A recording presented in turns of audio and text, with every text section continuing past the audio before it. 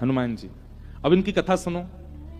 ठाकुर जी गैया चराते थे गिरिराज जी में, वृंदावन से गोवर्धन जाते थे गैया चराने के लिए। तो गैया तो चरती रहती, पूरे दिन ठाकुर जी बैठे रहते कदम्ब वृक्ष के नीचे, कभी कछु खा लेते, कभी न एक देर वंशी बजा लेते, कभी हाथ की तकिया लगा के सो जाते, थोड़ी देर ग्वाल बालन के संग खेल लेते।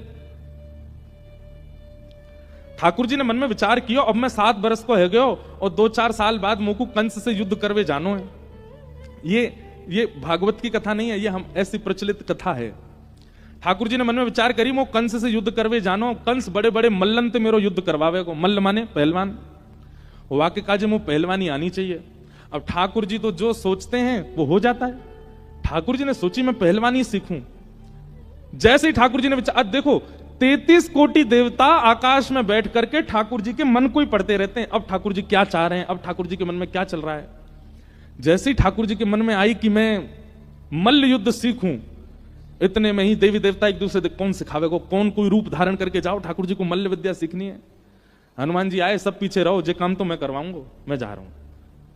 और श्री हनुमान जी महाराज एक पहलवान के रूप में ब्रजमंडल में आए और एक दिना अपने कंधा पे छड़ी सी टांगे, दोनों हाथ लटकाए, एक ग्वारिया के भेष में हनुमान जी घूम रहे और ठाकुर जी जहां गैया चरा रहे वहीं से निकले। ठाकुर जी ने जब कद काठी देखी, रूप देखो, अंतरंग भाव से तो सब जानते हैं कि हनुमान जी हैं, वो ठाकुर जी हैं, पर एक लीला हो रही है। ठाकुर जी ने रूप स्वरूप देखी, ए मधुमंगल, ए श्रीदामा, ए तनसुखा, देख कैसो तगड़ो आदमी है, खूब खातो होगो, खूब दंड बैठक करता होगो। हम याते जाके कह दें ये ने हमें थोड़ा ने बलवान से बना दे,